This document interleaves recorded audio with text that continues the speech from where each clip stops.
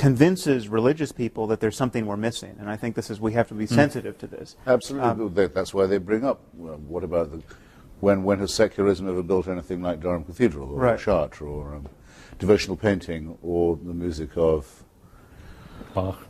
But I think we have answers to that. I think we have answers to that. I mean, and you provide a very good answer to that. If there was secular patronage of the arts at that point, then, you know, one, we can't know that Michelangelo was actually a believer, because the consequences of professing your unbelief in that case was death. But two, if we had a secular organization to commission Michelangelo, you know, we would have all that secular artwork. Though, I didn't actually say that the corollary held. Which? I think it's true we can't know with devotional painting and sculpture and architecture that the patronage didn't have a lot to do with it. But I can't hear myself saying, if only you had a secular painter, you've done just as good work. Oh, no, I think I'm fusing you and Richard there. I think I can't, I don't know why, and I'm quite happy to find that I don't know why. I can't quite hear myself saying that Michelangelo, if he'd been commissioned to do the ceiling of a museum of science, wouldn't have produced something just as wonderful. In some way, I'm reluctant to affirm that, yes. I find it very, very easy to believe that. That could be a difference between us. I mean, with devotional poetry, where I do think, I don't know very much about painting and architecture and music, but, and some devotional architecture, like, say, St. Peter's, you know, it couldn't be done. I don't like any way. And knowing that it was built by a special sale of indulgences doesn't help either. With devotional poetry, like that of, say, John Donne or George Herbert, I find it very hard to imagine that it's faked or done for a patron. I mean, yes, I think that's fair enough. It would be very improbable people would write poetry but like could that it be done in the to spirit please of anyone. Well, I frankly think that's the only explanation. But in any case, what conclusion would you draw? I mean, if Donne's devotional poetry is wonderful, so what? I mean, it doesn't show that it represents truth in any sense. Not in the least. Well, my favourite devotional poem is Philip Larkin's Churchgoing, one of the best poems ever written. It exactly expresses. I wish I had it here. Well, actually, I do have it here. If you like, I can read it. But I wouldn't trust anyone who believed any more or any less than Larkin does when he goes to a wayside Gothic church in the English countryside.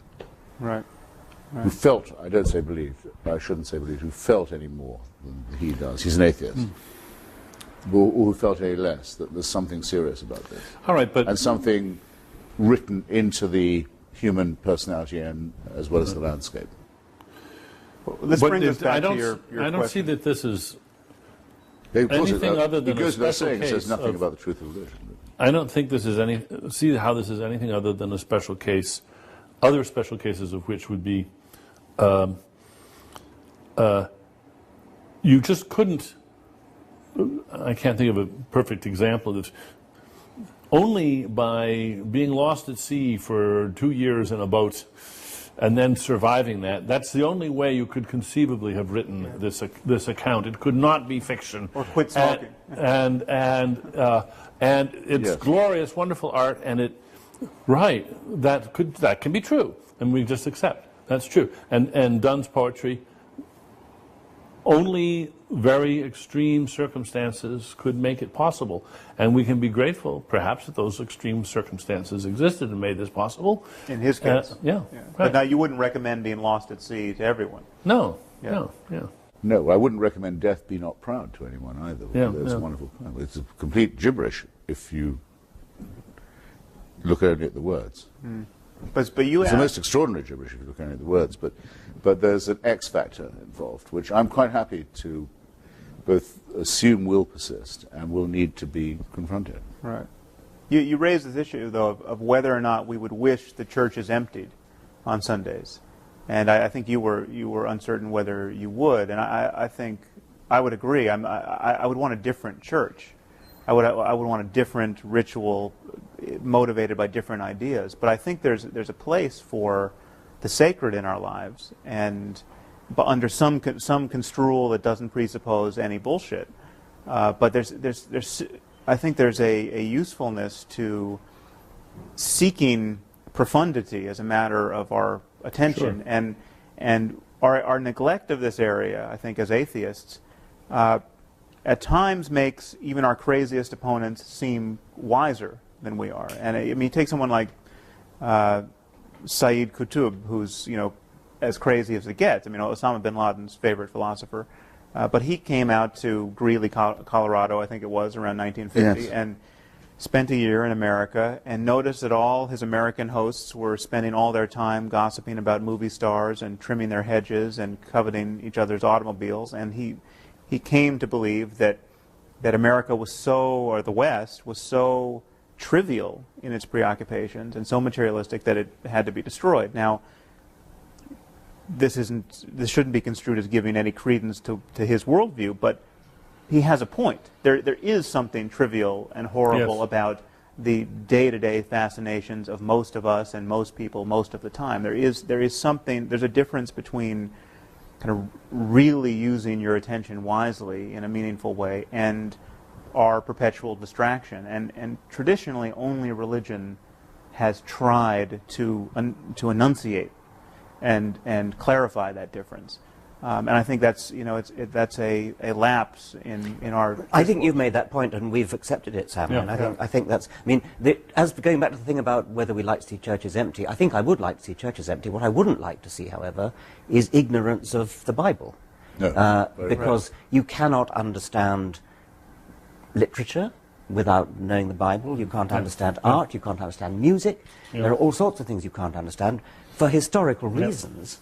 But those historical reasons you can't wipe out. They're there.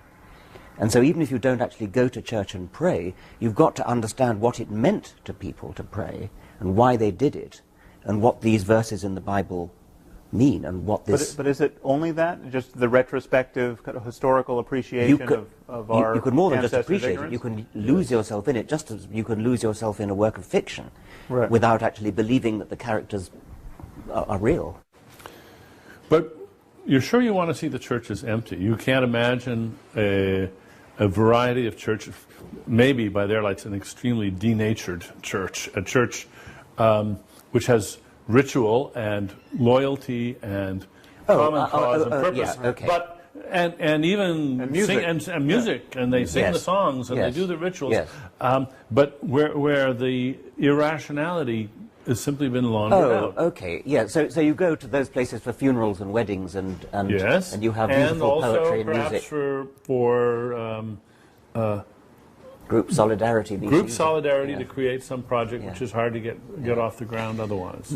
I think there's one more tiny thing. I mean, I haven't been tempted to go to churches as a very, very small boy, but I mean, one reason that makes it very easy to keep me out of it is the use of the New English Bible instead of the James one. Yes. I mean, there's really no point. I can't say where anyone goes, and I can see how people stay away. Yeah.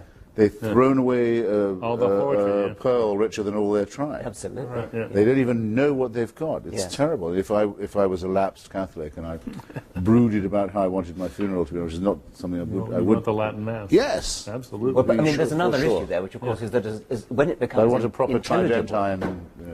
When it becomes intelligible, the nonsense becomes more transparent, and so if it's in Latin, it can survive much better. It's rather like a camouflaged insect. It can get through the barriers because you can't see it. And whereas when it's translated into not just English but modern English, you can see it for what it is. But now, seriously, then, do you therefore delight in the fact that churches are modernizing their texts and using the... No, I don't. It's an aesthetic point. No, I don't. No. That's the worst of both worlds. That seems to Yes. me. And we should be grateful for it.